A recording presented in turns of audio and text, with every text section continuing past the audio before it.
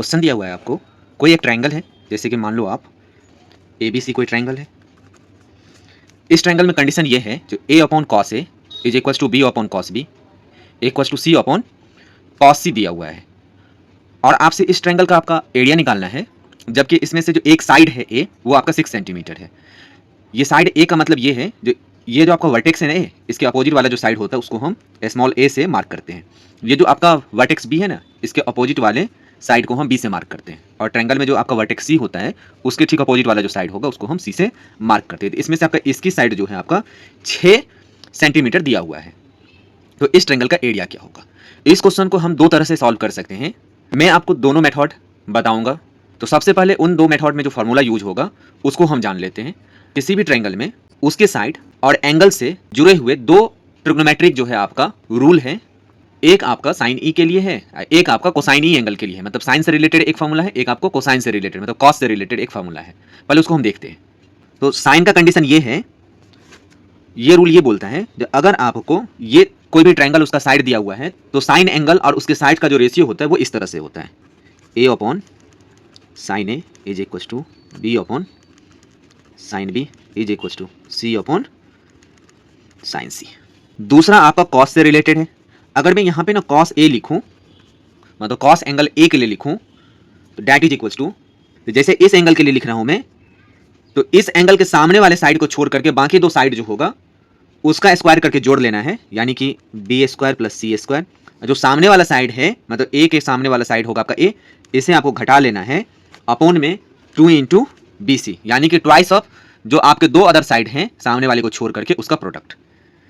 Similarly हम cos B का अगर एंगल निकालना होगा तो ये हो जाएगा आपका ए स्क्वायर, बी है तो बी वाले का सामने वाला साइड जो है इसको छोड़ करके बाकी दो साइड के स्क्वायर का सम, सी स्क्वायर जो सामने वाला है उसका सब्सट्रैक्शन अपॉन में 2ac होता है।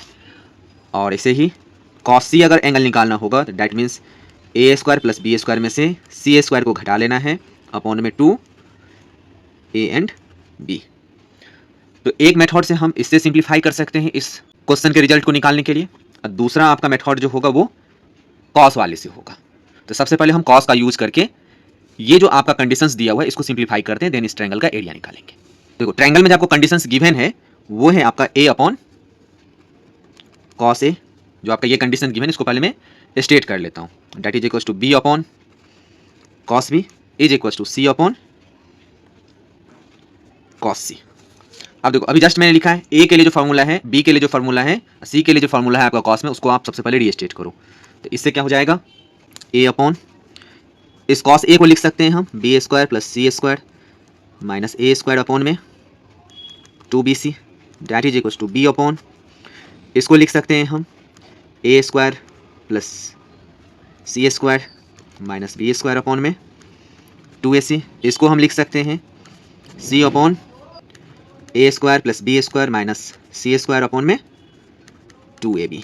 अब इसको हम फर्दर सॉल्व करेंगे तो देखो ये नीचे में जो 2bc है इसको हम जब भी सिंप्लीफाई करेंगे तो अगर आपको दिया रहेगा a अपॉन b बाई सी, तो इसको सॉल्व करेंगे तो ये हो जाएगा आपका ac अपॉन में b हो जाएगा। कोई भी अगर रेशियो आपको गिवन है तो सेम ऐसे इसको चेंज करो, ये bc ऊपर चला जाएगा तो ऊपर में हो जाएगा आपका 2abc upon B square plus C square minus A square. ऐसे सेम ऊपर में हो जाएगा आपका 2abc, ये आपका ac ऊपर चला गया, ऊपर में b है ही, अपॉन में A square plus C square minus B square. Similarly इसको भी सॉल्व करेंगे तो ये हो जाएगा आपका 2abc upon A square plus B square minus C square.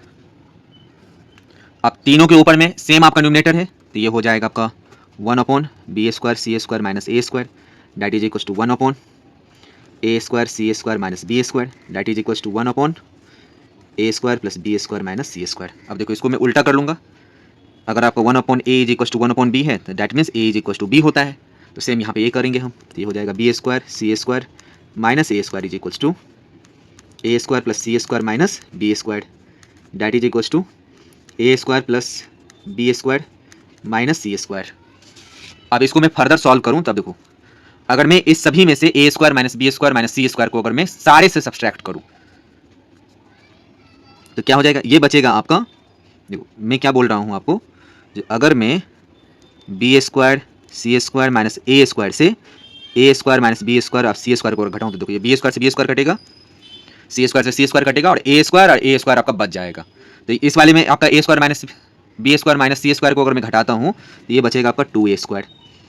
Similarly इसमें से भी हम सेम सभी को, क्योंकि एक में अगर घटाऊंगा तो सबसे घटाऊंगा मैं, तो ये हो जाएगा आपका माइनस 2b स्क्वायर। इस वाले में भी हम A square B square C square को मैं अगर सब्सट्रैक्ट करूँ इससे, तो ए से ए स्क्वायर कटा, बी से बी स्क्वायर कटा, तो आपका बचेगा माइनस 2c स्क्वायर। अब देखो माइनस और 2 को कैंसिल कर देंगे तो ये हो जाएगा A square is equal to B square is equal to C square. यहाँ से इसका मतलब ये हो गया जो A is equal to B is equal to C. इसका मतलब अगर तीनों साइड इक्वल है तो ट्रायंगल आपका इक्विलैटरल ट्रायंगल है।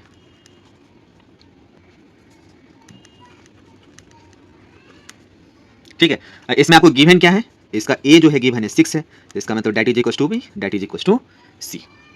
अब हम ये तो प्रूव कर देंगे इक्विलैटरल है, तीनों साइड अगर इक्वल तो इक्विलैटरल है। अब हम दूसरे मेथड से करके देखते हैं, अगर आपको ये अगर टफ लगे तो आप साइन से भी इसको हम एक्सप्रेस कर सकते हैं। पहले हम साइन का भी यूज करके आपको दिखा देते हैं, जो ये ट्रायंगल आपका इक्विलैटरल है तो हम एरिया एक ही बार में निकाल लेंगे दोनों से।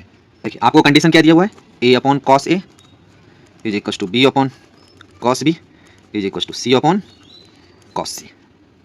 और आपको रूल मैंने क्या बताया है, जो ए अपॉन साइन ए जो है that is equal to B upon sine B हो जाएगा, that is equal to C upon sine C हो जाएगा। इसको ना मैं कुछ मान लेता हूँ कांस्टेंट के, तो यहाँ से क्या मिलेगा, ए is equal to K sine ए मिलेगा, ऐसे बी इज इक्वल टू आपको के साइन बी मिलेगा, और सी इज इक्वल टू आपको के साइन सी मिल जाएगा।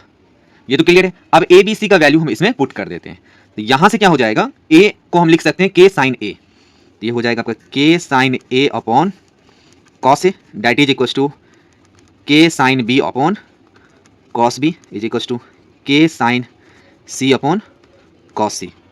आप लोग कमेंट्स में जरूर बताना कि इस दोनों मेथड में से आपको कौन सा सही और आसान लग रहा है। अब देखो यहाँ से के सभी में कैंसिल कर देते हैं, तो डेट इज इक्वल टू ये sine A upon cos A हो जाएगा 10a is equal to 10b is equal to 10c। अब देखो 10a is equal to 10b is equal to 10c होगा, इसका मतलब a is equal to b is equal to c हो जाएगा। और अगर किसी ट्रायंगल का तीनों एंगल अगर आपका सेम है तो इसका मतलब वो ट्रायंगल क्या होगा, अगेन इक्विलैटरल हो जाएगा। यानी कि अगर तीनों एंगल का सम कितना होता है, a प्लस बी प्लस सी बराबर 180, और ए बी सी सेम है तो इसका मतलब 3a बराबर 180, तो a बराबर हो गया आपका 60 डिग्री। अब a 60 है तो ये सारे के सारे 60 हो जाएंगे, तो इक्विलैटरल हो जाएगा। अब हम इसका एरिया निकालते हैं, जबकि एक साइड हमें गिवन है, तो एरिया ऑफ इक्विलैटरल ट्रायंगल कितना होता है, √3/4 a स्क्वायर,